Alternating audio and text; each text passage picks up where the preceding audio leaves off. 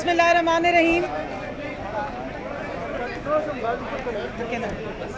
जी बिस्मिल्लाहिर्रहमानिर्रहीम। आज दूसरा दिन था हेयरिंग का सुप्रीम कोर्ट में 13 रुकनी बेंच में। बहुत ज़बरदस्त दलाइल भी हुए, कमेंट्स भी बहुत ज़बरदस्त आए और मैं इस बात पे एज ए एप्लीकेंट या आप कहें कि पटिशनर, इस बात से मुझे खुशी हुई कि सुप्रीम कोर्ट को हर मामले का इदराक है। कितने फाजिल जजेस बैठे हैं, उनको ये बात मालूम है कि अगर सवाल उठाए जाते हैं कि इलेक्शन कमीशन के सामने ये क्यों नहीं रखा। एक मौका है आप लोगों में से जिसने कवर किया होगा कि इस बात पे बहस हो रही थी कि अगर बल्ले का निशान छीन लिया गया था तब भी पीटीआई के कैंडिडेट्स जाकर इंडिपेंडेंटली बल्ला ही मांग लेते दोबारा। तो उस पर हमारे जैसे जो कैंडिडेट्स हैं जिन्होंने इलेक्शन लड़ा है वो खासे मुस्तरब थे। और मैं यहाँ ये बात ज़रूर बताना चाहती हूँ कि इलेक्शन कमीशन ऑफ पाकिस्तान की वेबसाइट पे आज भी वो सिंबल्स वाला उनका वो जो पेज है वो अगर अपलोडेड है तो वो ज़रूर देखना चाहिए कि वहाँ पे बल्ला मौजूद ही नहीं था। और जो आज़ाद उम्मीदवारों के लिए जो सिंबल्स रखे गए थे उनमें जो सबसे बेहुदा किस्म का सिंबल था जो एक रूरल इलाके में मुझे दिया गया वो रोलर कोस्टर था। और ये भी मैं बताना चाहती हूँ कि लाहौर हाई कोर्ट की जो भावलपुर में सीट है जिस पे मैंने जाके जिस वक्त दरख्वास्त डाली तो आरओ ने मुझे ये कह दिया कि आप क़यामत तक भी अगर ये केस लड़ेंगी तो आपका सिंबल चेंज नहीं होगा।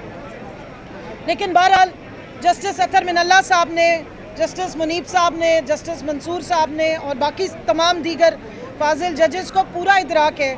बिलखसूस अतर मिनल्ला साहब ने कमेंट्स किए, पीटीआई के जो कैंडिडेट्स के साथ जो सलूक होता रहा पूरे इलेक्शन में उसका आज एक रीकैप हुआ तो हम थोड़ा सा दिली तौर पे आज दुखी भी हैं। लेकिन ज़रूरत इस बात की है कि इलेक्शन कमीशन के रोल को ज़रूर आइडेंटिफाई करना चाहिए। उसके मुख्तलिफ नोटिफिकेशंस का रिव्यू किया गया है और आगे भी होगा। और मुझे पूरा यकीन है कि इलेक्शन कमीशन का जो रोल इस पूरे इलेक्शन में रहा है, जो 8 फरवरी को 2024 से पहले और 8 फरवरी 2024 के बाद, उसको जरूर देखेगी। ये जरूर बताऊंगी, सुन्नी इत्तेहाद काउंसिल को election commission of Pakistan notification जारी कर चुकी है कि ये एक पार्लियामेंट्री पार्टी है और सुन्नी इत्तेहाद काउंसिल एक political registered listed political party भी है। इस पर यह देखना बहुत ज़रूरी है कि तमाम पॉलिटिकल पार्टीज़ जो कि पार्लियामेंट्री पार्टी भी हैं उनको रिज़र्व सीट्स उनकी शेयर के मुताबिक उनकी प्रोपोर्शन ऑफ रिप्रेजेंटेशन और जो सीटें उन्होंने जीती थी जो आइन में लिखा है उसके मुताबिक मिल चुकी थी।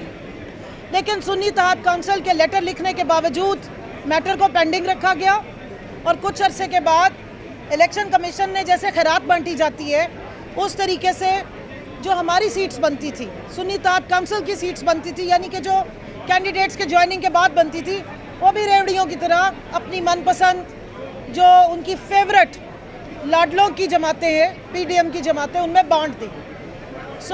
अब इस मैटर क्योंकि सब जुडिस है और मैं भी इसमें पटिशनर हूँ तो मैं ये ज़रूर कहूँगी कि आइन में कुछ जगहों पर हमें ऐसा लगता है कि लकूनाज मौजूद हैं जिसमें डेफिनेशन की या मज़ीद उसको बेहतर करने की ज़रूरत है असम्बली के थ्रू। लेकिन जहाँ तक आइन की कस्टोडियनशिप की बात है उसके लिए आइन में मुकम्मल डायरेक्शन मौजूद है। मौजूदा हालात में जो इस वक्त की सिचुएशन है जिसमें सुन्नी इत्तेहाद काउंसिल इलेक्शन कमीशन की नोटिफाइड पार्लियामेंट्री पार्टी भी है और एक लिस्टेड पॉलिटिकल जमात भी है और इस वक्त नेशनल असम्बली में 82 से ज़्यादा उसके पास सीट्स भी हैं, तो फुली क्वालिफाई करती है कि रिज़र्व सीट्स उनको दी जाएँ। इसके अलग से मफरूज़ों पे जो सवाल जवाब हो रहे थे वो हमने भी लिख लिए। इंशाल्लाह जब जाएंगे असेंबली में तो इन मफरूज़ों को ज़रूर एड्रेस करेंगे कि लेकिन इस वक्त जितनी बात हुई है वो फैक्चुअल है, वो मौजूदा हालात के मुताबिक है और प्रेजेंट सिचुएशन के मुताबिक है। मेरी अब आपको शायद मालूम हो गया होगा कि मज़ीद टाइम के लिए अगली हेयरिंग 24 जून को 9:30 बजे आला अदालत ने टाइम दे दिया है, जिसमें हमारे जो फैसल सदीकी साहब को 1-1.5 घंटा दिया है और उसके बाद हमारे जो सलमान अकरम राजा साहब हैं, बैरिस्टर साहब, वो भी आर्गूमेंट करेंगे और बाद में जो है वो इलेक्शन कमीशन जितने सवालात उस पर फाजिल जजेस उठा रहे हैं, उम्मीद है कि वो कंक्रीट रिकॉर्ड के साथ आके शायद सच बोलने की कोशिश करे। जी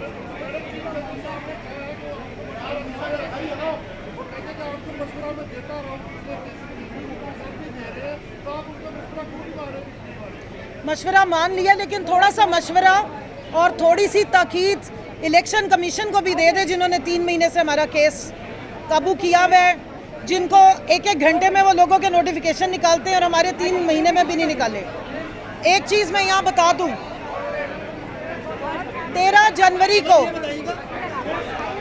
जनवरी को जब हमारा बल्ला छीना गया था, तो ये ज़हन में रखिए। आइए आ जाए, मैं इतना ज़रूर बताऊंगी कि 13 जनवरी की रात को जब बल्ला चला गया, तो बतौर ख़वातीन के राइट्स के हर पॉलिटिकल पार्टी के ऊपर ये ऑब्लिगेशन होती है कि अगर उसने अपना सिंबल कंटिन्यू करना है तो 5% ख़वातीन को कंटेस्ट करने के लिए डायरेक्ट इलेक्शन की सीटें ख़वातीन को दी जाती हैं। बल्ला छीनने के साथ साथ हमारी ख़वातीन से वो 5% डायरेक्ट इलेक्शन कंटेस्ट करने का राइट भी छीन लिया गया था।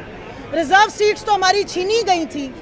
5% हमारा जो कोटा था ख़वातीन को डायरेक्ट इलेक्शन में सीट्स की एलोकेशन का पूरे पाकिस्तान से, वो भी छीन लिया गया था।